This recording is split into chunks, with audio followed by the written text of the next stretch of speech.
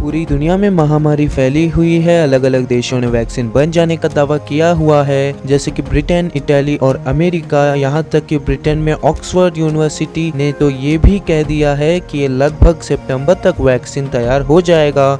और अमेरिका का कहना है कि फेज 1 हो चुका है वैक्सीन बनने का। जुलाई में जो है आखिरी स्टेज तक पहुंच जाने की संभावनाएं हैं। तो ऐसे में सबकी उत्सुकता बढ़ जाती है कि वैक्सीन होता क्या है और ये काम कैसे करता है और इसका बनने का प्रोसेस क्या होता है। तो इस वीडियो में आपको सारी जरूरी इन्फॉर्मेशन सुनने को मिलेगा वैक्सीन के बारे में। वीडियो को पूरा देखना। मैं हूँ प्रशांत और स्वागत है आपका नॉलेज हाउस में।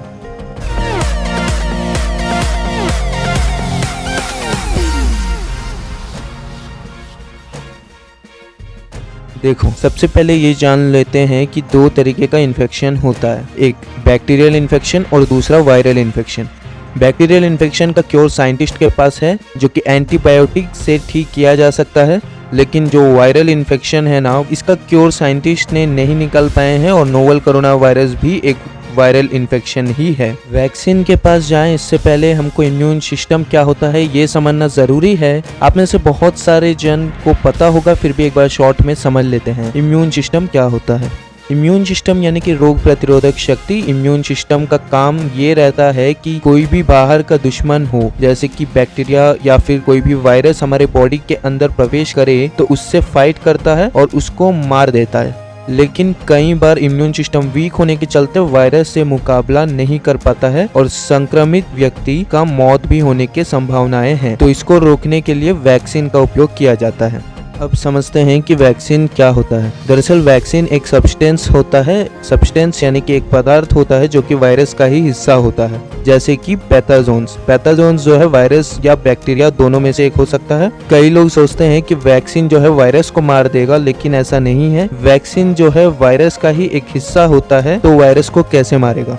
अब वायरस को नहीं मारता तो साइंटिस्ट वैक्सीन बनाने के पीछे क्यों पड़े हैं, आपको आंसर मिल जाएगा। वीडियो को पूरा देख लेना। अब ये वैक्सीन के रूप में वायरस का ही सैंपल क्यों इंजेक्ट किया जाता है ये समझना जरूरी है। ध्यान दीजिए, जो हमारे शरीर में इम्यून सिस्टम होता है, रोग प्रतिरोधक शक्ति, उसको इन्फॉर्मेशन चाहिए होता है, यानी कि जानकारी चाहिए होता है कि वायरस या बैक्टीरिया कितना ताकतवर है, और फिर उस हिसाब से हमारे बॉडी के अंदर एंटीबॉडीज तैयार होते हैं। और इसलिए पैथोजन जैसी एक वायरस का ही हिस्सा हमारी बॉडी में इंजेक्ट कर दिया जाता है, ताकि इम्यून सिस्टम को जानकारी हो पाए कि ये वायरस जो है कितना ताकतवर है और इसको खत्म करने के लिए कितने एंटीबॉडीज की जरूरत है। अब ये एंटीबॉडीज क्या होते हैं? एंटीबॉडीज जो होते हैं वो पहले से ही हमारे बॉडी में मौजूद रहते हैं और ये इम्यून सिस्टम के ही सेल्स होते हैं, जो कि स्पेसिफिकली वायरस को मारने के लिए शरीर में उत्पन्न होता है। तो ये जो वायरस का ही हिस्सा होता है, इसको हमने बॉडी में इंजेक्ट कर दिया वैक्सीन को, उसके बाद ये वायरस जो है फैलने के चांसेस होते हैं, जिससे कि गड़बड़ हो सकता है। इसलिए इस वायरस को पूरा इनएक्टिव कर दिया जाता है कि ये अंदर जाके फैले ना, और ये वायरस का कमजोर पार्ट जो होता है उसको इंजेक्ट किया जाता है, ताकि इम्यूनिटी सिस्टम को भी समझ में आ जाए कि इसे लड़ना कैसे है और उसके खिलाफ एंटीबॉडीज को क्रिएट कर पाए। और ये बहुत बैलेंस्ड काम होता है। तो ये जो वायरस का सैंपल है वैक्सीन, उसको हमारी बॉडी में इंजेक्ट करने के बाद एंटीबॉडीज को अंदाजा हो जाता है और फिर उस वायरस को हमारे शरीर में ढूंढ कर एंटीबॉडीज मार देते हैं।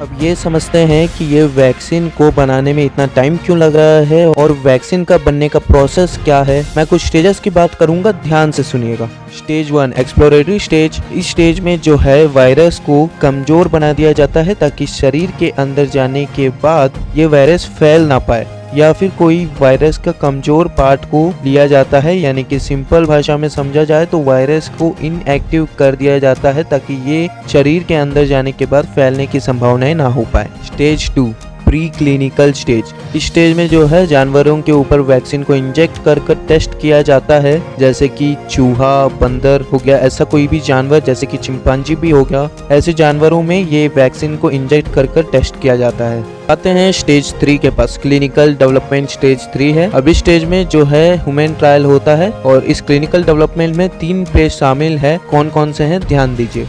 पहला फेज, फर्स्ट फेज में जो है बहुत कम जन को वैक्सीन दिया जाता है और चेक किया जाता है सब कुछ सही है या नहीं, और सब कुछ सही रहा तो फेज 2 की ओर बढ़ते हैं। फेज 2 की बात की जाए तो फेज 2 में जितने भी जन के शरीर में इंजेक्ट किया गया है ये वैक्सीन को, उनको गौर से स्टडी किया जाता है कि कोई प्रॉब्लम्स आ रहे हैं या नहीं आ रहे हैं, वैक्सीन काम कर रहा है या नहीं। अगर सब कुछ ठीक रहा तो फेज 3 की ओर बढ़ते हैं। फेज 3 को हम थोड़ा बारीकी से समझते हैं। इस फेज 3 में हजारों जन को ये वैक्सीन दिया जाता है और देखा जाता है कि जितने भी वॉलंटियर्स को ये वैक्सीन दिया गया है ये सब ठीक है या नहीं, और सब कुछ ठीक रहा तो वैक्सीन अप्रूवल की ओर जाता है। और एक और बात है कि ये जितने भी वॉलंटियर्स हैं जिनको वैक्सीन इंजेक्ट कर दिया जा रहा है, इनका हेल्थी होना बहुत ज़रूरी है और कोशिश की जाती है कि ये वॉलंटियर्स जिनको भी ये वैक्सीन दिया जा रहा है, दे के टेस्ट किया जा रहा है, ये संक्रमित इलाके से हो, जैसे कि चाइना, वुहान से, इस टाइप के इलाके से हो। जो संक्रमित इलाके हैं वही इलाके की ओर से ये वॉलंटियर्स हो पाए। अब यहाँ पर भी फेज 3 में भी सब कुछ अच्छा हुआ, वैक्सीन अच्छे से काम कर रहा है, तो वैक्सीनेशन डेवलप होने के प्रोसेस में आगे बढ़ता है।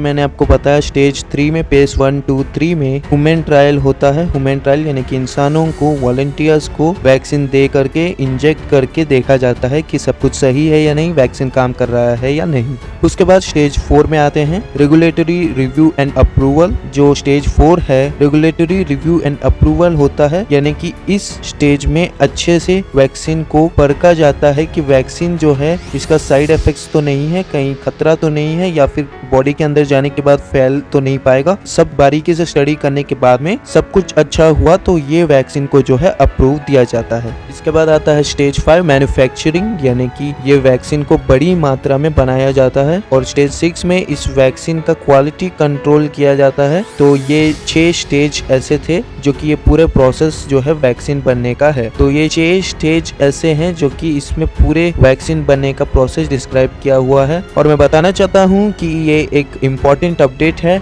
मंडे को यानी कि 18 मई 2020 को मॉडर्ना अमेरिका बायोटेक्नोलॉजी कंपनी से एक स्टेटमेंट आया है जो कि फेज 1 कामयाब होता हुआ नजर आ रहा है और बहुत जल्द फेज 2 की ओर जा रहे हैं। और फेज 3 जो है, फाइनल स्टेज जो है, जुलाई में होने की संभावनाएं हैं। ये बहुत अच्छी खुशखबरी है सबके लिए। तो ये है वो वैक्सीन बनने का प्रोसेस, और ये वीडियो में आप वैक्सीन से रिलेटेड सारी जरूरी इन्फॉर्मेशन आपको मिल पाई है। इस वीडियो को लाइक कीजिए, ज्ञान बांटने से बढ़ता है। अपने दोस्तों के साथ इस वीडियो को शेयर कीजिए और चैनल को सब्सक्राइब कीजिए और बेल आइकन को दबाइए, क्योंकि इस चैनल में आपको हर तरह का नॉलेज मिलता रहेगा। और इस वीडियो के लिए आपके पास कोई सुझाव हो या फिर सवाल हो तो कमेंट बॉक्स आपके लिए उपलब्ध है। मिलते हैं अगली वीडियो में, तब तक के लिए आपका ख्याल रखना और इस वीडियो को पूरा देखने के लिए आपका बहुत बहुत धन्यवाद।